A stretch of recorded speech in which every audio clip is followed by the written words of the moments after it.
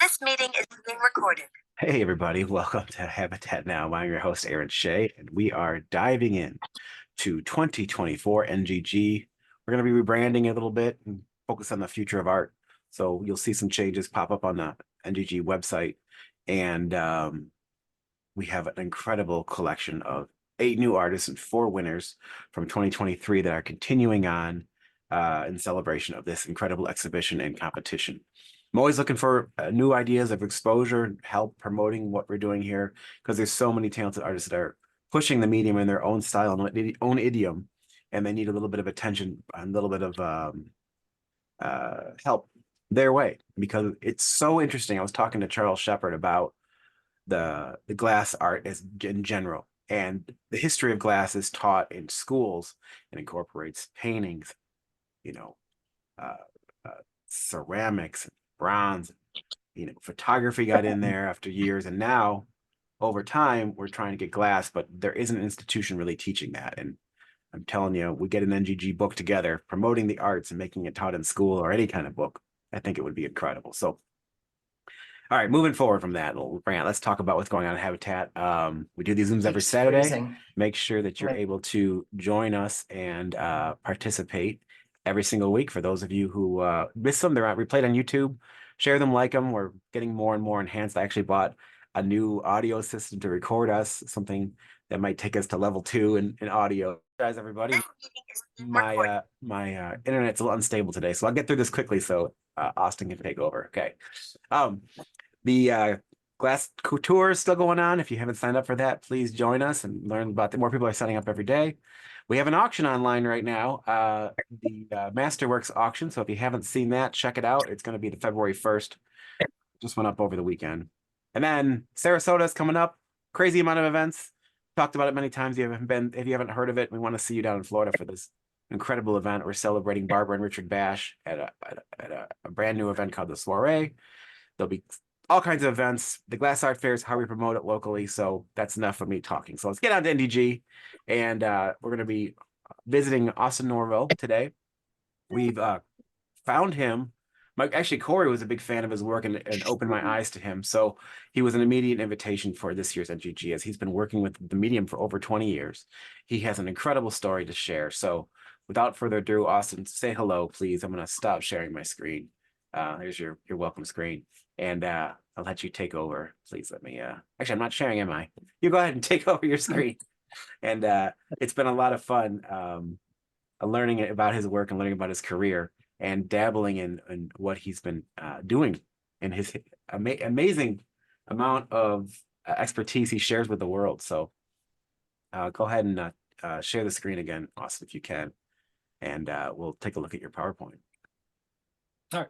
First of all, thanks for having me. Honored to have you, my friend. We can't see your screen yet, so go ahead and give it a try. Keep trying to get it up there. It did a share before before we started, but I had to stop it to get through mine, but hope you'll get yours back up. Oh, now I have it here. We're almost there. No worries. I know your computer takes a second. So if you haven't seen yet, the invitations for NGG incorporate a bunch of new names, and I'll read them to you guys so you guys can do your own research on who you should be paying attention to in the future of the medium. And we can talk about the winners real quick too while Austin gets his part ready. All right, you took over your screen. We'll come back to that then because you're already in place. You got it? Yeah, we just saw it and we're at your puppy. Well, go ahead, and it's great to have you. Yeah, first of all, thanks again for having me. I appreciate it. This is my buddy Carlos. That's about it. What's him? So my life's been all about glass for about 20 years now. It's just been a passion of mine. I got introduced to it by Daniel Clayman at the Penland School of Crafts up in North Carolina. I took a workshop up there in 2004, glass casting, and it was my first introduction to glass. I'd been casting metals and casting ceramics in college. But this was the first time I'd really got a feel for glass, and I kind of was immersed in the Penland School of Crafts community and loved the material so much. Just really, I don't know, mesmerized by the material, the magic of it, the processes, the smells of the studios, everything about it. So I've been hooked. I've been working with glass ever since, studying, experimenting, visiting studios, going to art shows, just immerse myself in the craft and really going after it. So I took that class at Finland in 2004 with Dan, and learned so much about casting, but also about glass blowing and other glass working techniques. So after that class, I was so enamored with the material, I ended up buying a kiln and set it up in my studio back in Charleston, and I've been casting since. For the first several years, I was experimenting with the material and trying to figure things out using my knowledge of foundry work and ceramic casting to incorporate into glass casting, and also other glass techniques. So I spent a lot of time just working in different materials or different studios, learning all different types of techniques in glass, trying to figure out what my favorite process was really. So after a few years of just experimenting back in Charleston, I ended up moving up to the mountains of North Carolina, and I rented a log cabin on the backside of Pinland Mountain and set up shop back there in the middle of the woods. And I was able to take a bunch of workshops at Pinland, visit artists that came through, collaborate with different artists, still go on to visit different shows and studios. And after about 5 years up in the mountains, I continued to do the work and worked in a bunch of different studios with different techniques, as I had mentioned, some hot casting, some blowing, some using different studios, work on different ideas that I didn't have the knowledge of as far as glass blowing and certain techniques. So then I started doing a lot of my own commission work, some work for Boeing stores or different restaurants, some props for TV shows. This is a little purgatory key that I made for Jennifer Lynch for a South of Hell TV show, and some more props, and just doing all kind of jobs. This is a commission piece for a British collector. It's a CSS Hunley, the Confederate submarine. It's all flame worked borosilicate glass, mold blown. All the pieces were all flame worked out of boro. So I really just experimented with all types of glass, kind of working my way through it before I really got into mold making. There's always a lot of glass boiled peanuts in my work. It's a bit of a calling card for me. I share boiled peanuts all over the world, make all kinds of different boiled peanut glass. It's a something thing. And I always break for boiled peanuts, and y'all should as well. Several years after that, I guess about 5 years to this week, I got a call from Adriano Baringo and Baringo Studios in Murano. And it was a bit of a random call. I just saw Murano on the phone and answered it. And within 2 days, I was over in Murano working for Adriano in their casting facility, working with different artists from all over the world that don't typically work with glass. And we were introducing them to the material. So they'd bring us different objects, whether it's 3D prints or models or found objects or even just sketches. And from there, we'd create the work for them, whether it's cast glass in my department, or we have a hot shop and a cold shop and several other facilities. How did you ever So I discover loaded how up all my tools and went over 2 days later for a working interview. After about a week of working there, I was hired on, and 2 weeks later, I had moved to Murano and I was working on some amazing projects for Baringo. So we work on some large scale pieces like these pieces for Plinsa. These are huge cast white pieces that are, the red is a silicone positive, I guess, of one of the heads for Plinsa. There's some more Plinsa work. Tony Cragg, we've done a lot of work for him over the years. Erwin Worm,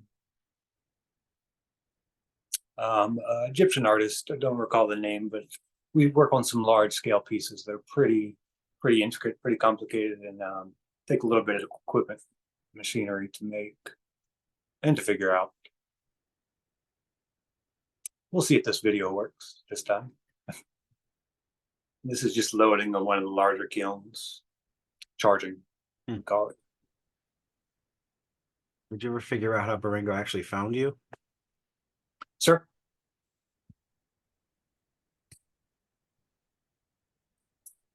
I missed that.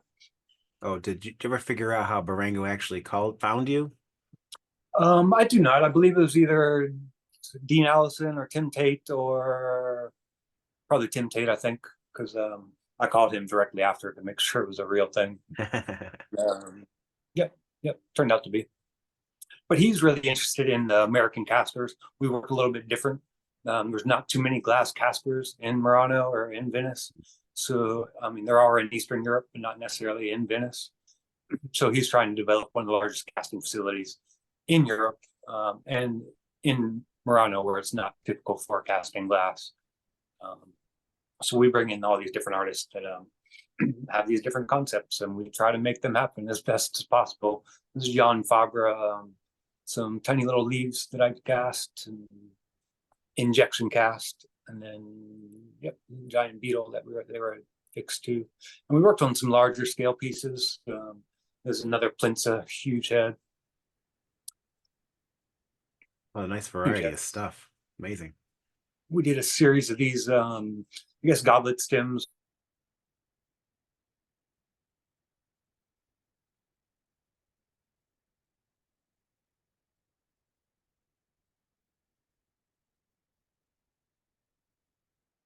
This meeting is being recorded. We all there? Yep, keep going. Don't mind me. I'm gonna flip in and out. Just go ahead and keep going. Gotcha. Yeah. So at Baringo, there's all kind of exhibition spaces. So he's always changing, bringing different artists in, whether the work is made in-house through Baringo or other artists in glass bring their own work. He shares through Glass Dress and through his foundation and a million other projects. So there's always cool glass to walk through between the house where I live next to the studio and the exhibition space and the studio. So it's just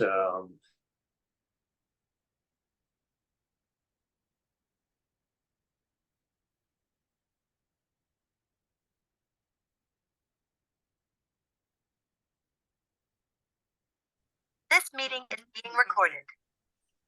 So we do work with some larger pieces, obviously. Here's some of our larger kilns.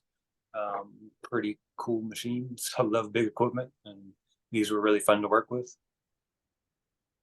You can kind of see the scale, obviously. One of the larger pieces we worked on and have been working on for the past 5 years that I've been working there off and on is a piece for Ai Weiwei. It's a large chandelier composed of thousands, maybe 3,000 or 4,000 parts, each cast separately. All the models were handmade by us in house. He just gave us sketches. From there, we made silicone molds, cast them in black crystal glass, did all the cold working, assembled everything, and made some huge pieces. This large piece had shown in a few different places. The latest is in Venice in a church in Giudecca, or not in Giudecca, across the river, canal.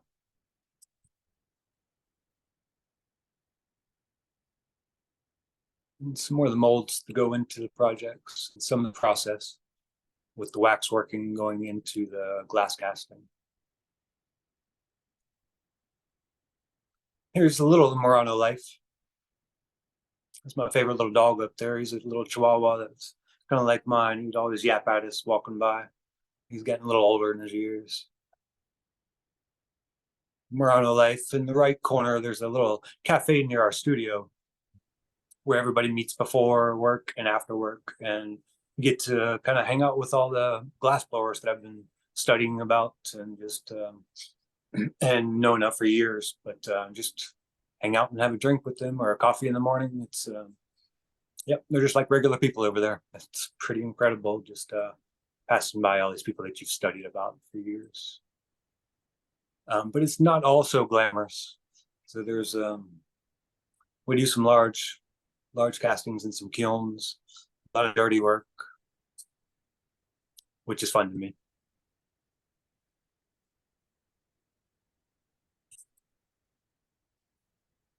There's opening a piece of Tony Cragg. This is just after COVID when we had just opened back up. So I needed a haircut, but I was able to get the work done.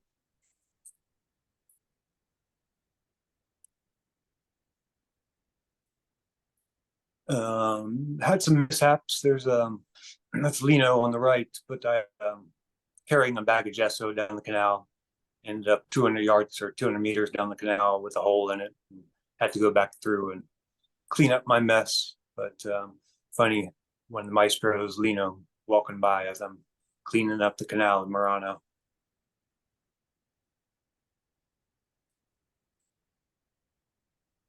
A little bit of logistics. So everything's by boat over there. So all the materials we get in are by boats. All the work is shipped back and forth by boats.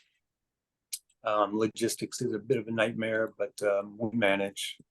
There's sometimes a crane on the other end. And this is my work. So we'll get to some of my personal work. I've been working on this series of these loaded trucks for, I guess, about 8 years now.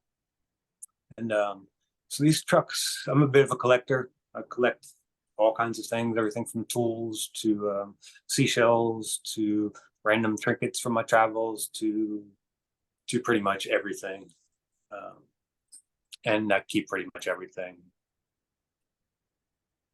This is a little inspiration. I go to a lot of flea markets. Here's Barcelona, Bulgaria, Italy, one in the US. So I just love going through flea markets, checking out tools, checking out objects, just seeing what's available, see what reminds me of certain people or experiences or places, and use those in my studio and around, and then eventually incorporate them in my work. And art imitates life. This is my life. I carry stuff around here to there. It's my truck's always loaded with stuff, as my trucks and my sculptures are as well.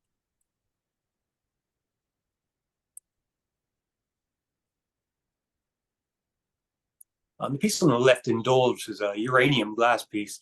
This piece was shown at the International Biennale of Bulgaria a couple years ago. I shipped it over there, no problem, from Charleston, and then it was sold to a collector out in Washington State, and it shipped back to Washington State, no problem as well. And this is some of my newer work, retrospect, reflection. This beachcomber, this is a piece that I made that reminds me of my grandmother. It's different shells that I found on the beach. I used to walk with her on the beach every morning growing up. Living in Charleston, I spent a lot of time on both islands. I had grandparents on Isle of Palms and Sullivan's Island, so I spent a lot of time on the beaches and always collected shells and little fossils and all kinds of parts. So this is a homage to my grandmother. And these are some of the parts that I use to load in the back of these trucks. These are all wax. So I use everything from little objects from dinner to there's a little rubber duck that was the first glass piece I ever cast, to seashells that I found, some gummy bears that are my favorite, just different little parts that have some kind of meaning to me or remind me of people or places or experiences. And I load those into the back of these trucks. This is a kind of derivative of that series. Since I've been traveling so much, these pieces are all the same objects, but they're cast in the negative through a process that I kind of developed, to where once I polish the surfaces on these boxes, you'll be able to see all the objects inside. Since everything's in boxes right now, this is kind of a new direction that I'm going. Rather than putting all the pieces in the trucks, everything's stored away right now. And a quick heads up, I'm doing a core casting workshop at Pilchuck, using this same technique of core casting. So sign up this summer. So I put a cat in a box. The line of St. Mark. And then I got into, I received a call from the South Carolina Aeronautical Training Center about wanting a large installation in their lobby area. which is in North Charleston here in town. And this facility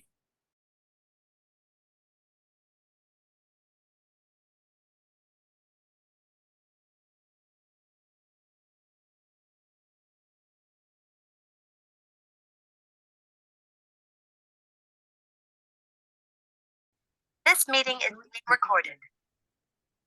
basically it's paper airplanes that fly through the lobby, loop through the lobby, and then go through these clouds and turn into model airplanes. So this is a teaching facility. So my grandfather taught us how to make paper airplanes when we were kids, and from there, I made all the wood models for the paper airplanes, made silicone molds, and then I used polyvitro to cast all the pieces because they were suspended above people's heads in the main lobby area. There's over 100 components, including the paper airplanes, the clouds, and the model airplanes.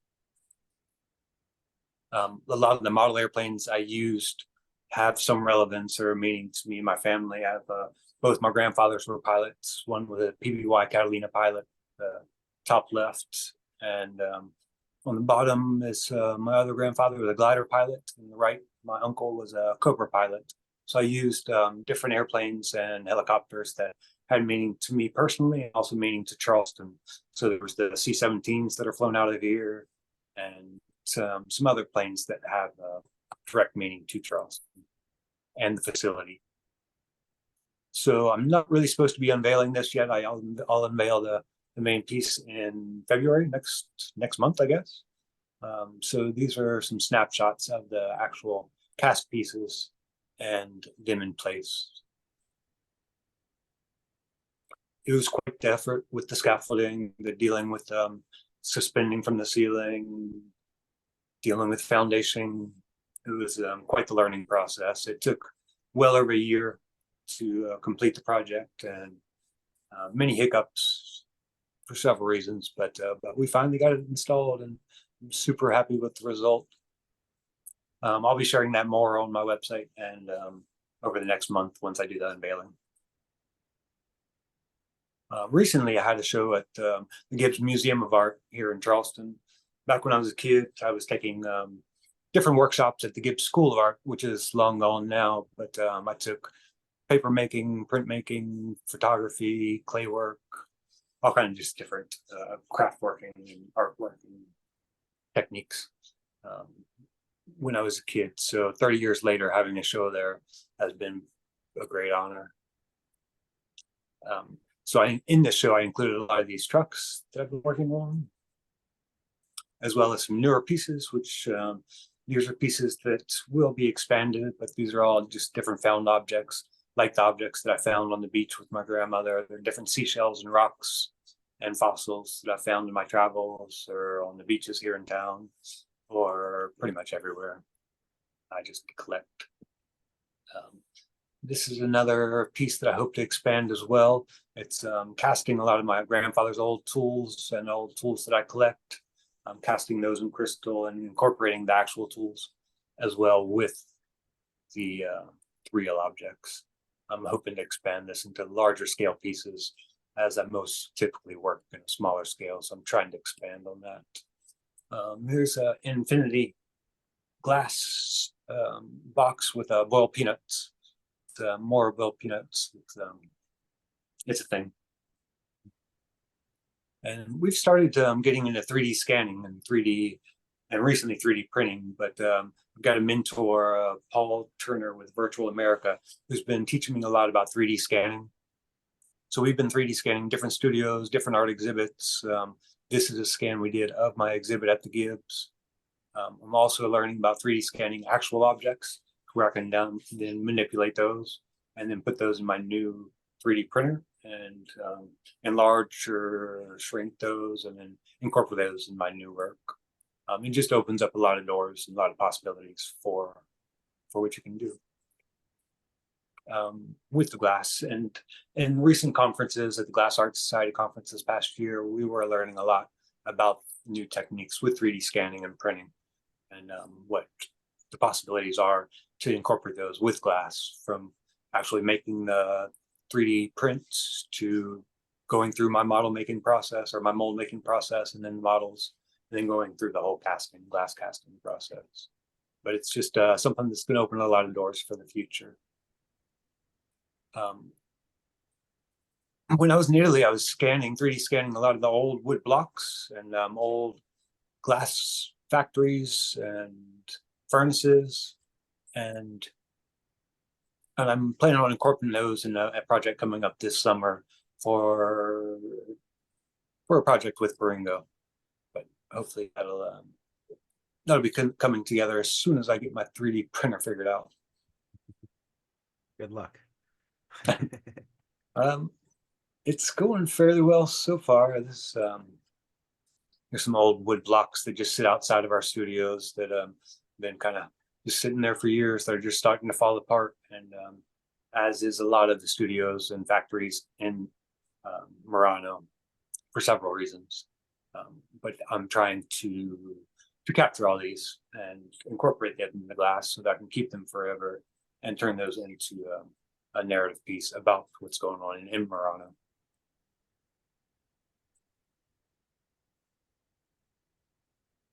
And these were all captured with my phone using a simple scanning software.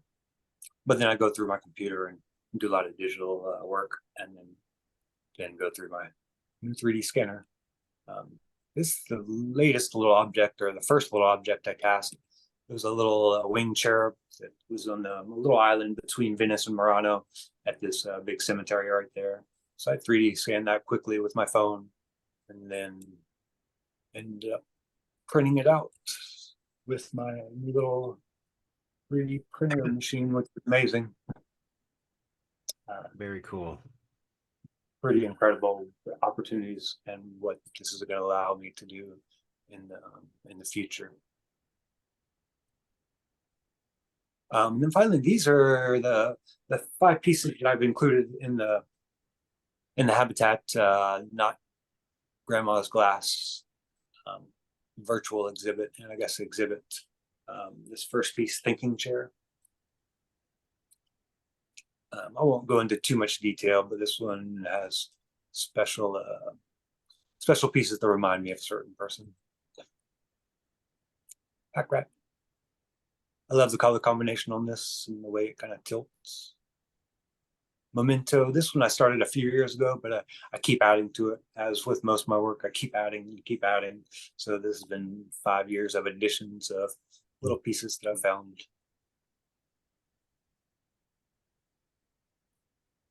And that's about it. These are all cast and assembled, right? So these are all cast and assembled. I cast them separately. All the parts are cast separately. I start with all the little objects, make silicone molds, do the wax pouring into the negative space of the silicone mold, pull out the waxes, fix those, make a refractory mold on top of the wax, steam the wax out, put those little molds in the kiln with glass, allow the glass to go through a several-day process of the glass slumping into the molds, filling all the detail.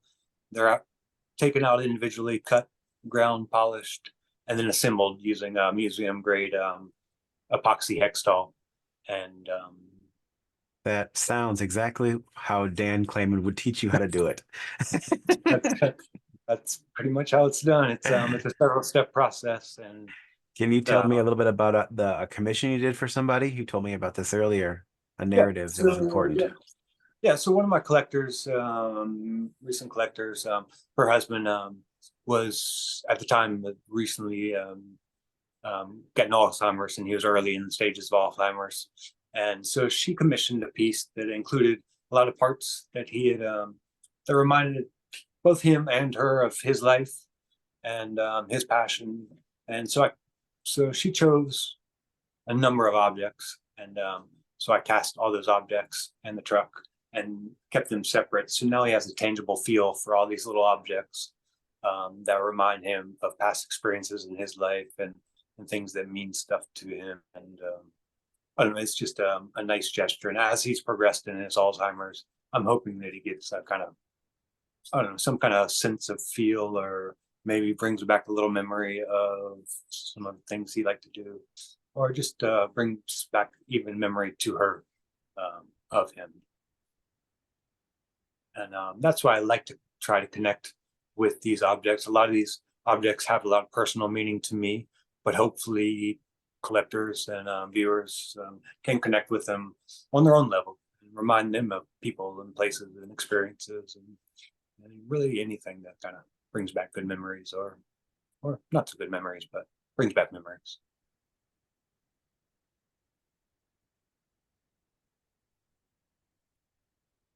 Yep. Is it question time? Is it? Do you mind if I ask a couple questions? I'm available. Yep, I'm ready. Oh, great. Hi, Austin. My name's Julie Bowens, and I do some casting as well. You hit two subjects that were like really perked my interest because I've been doing a lot of research on it. One of the things that I want to ask first, though, is the cars, the trucks, and the airplanes, are they acid etched, polished after, or do you just cold work?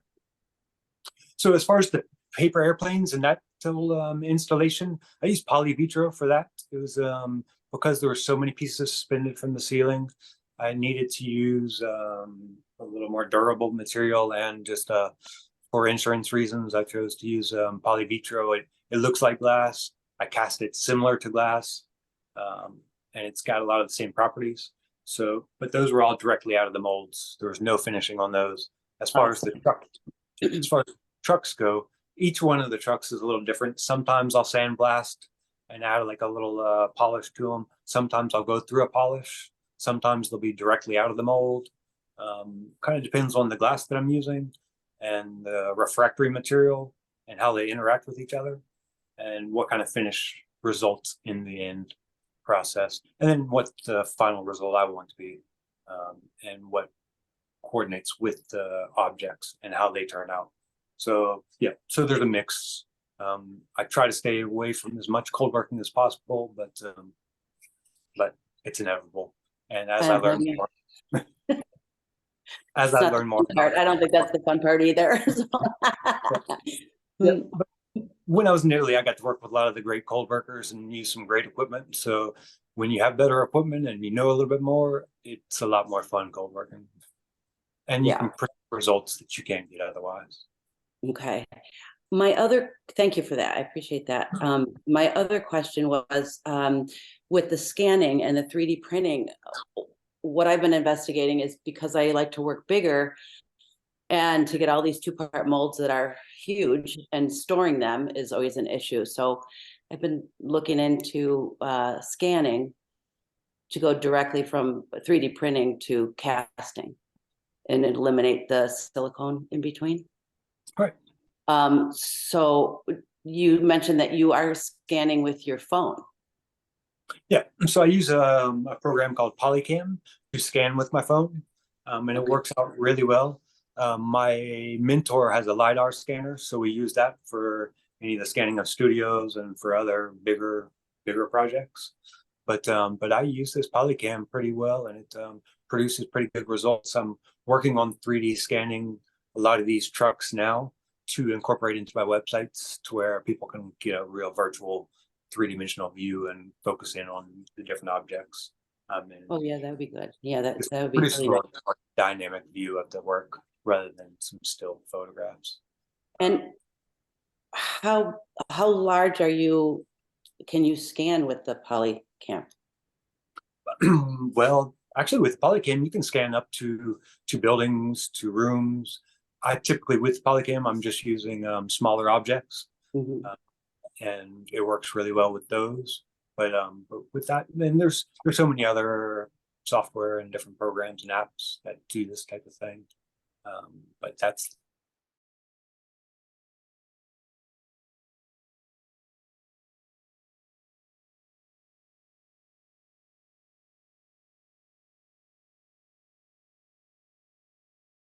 issue that I'm going to start. This meeting is recorded. So when I was working at the South Carolina Aeronautical Training Center, they have a huge 3D printing and scanning facility. So I'm working with them to try to be able to access some of their big machinery. They use it for printing parts for Boeing and for different airline or aeronautic objects. but hopefully I can use larger printers in the future. For now, with my smaller printer, I can print parts in sections and then assemble later on. Inevitably, with these smaller new printers, there will be some finishing work afterwards. I'll be doing a lot of sanding and polishing and grinding the actual 3D prints to prepare them for the mold. Do you print PLA or SLA? Right now, I'm just doing PLA. I'm hoping to move on to different materials. I've heard from some colleagues that PETG is available to print, and then you can directly make molds and steam out or burn out the actual the PLA PETG Right. rather than going through the silicone process. I haven't tried that yet, but my friends have, and it seems like great results. For me, I like using the silicone molds to where I can reproduce the objects in case they don't turn out in glass. So it's always good to have a silicone mold that I can always reuse.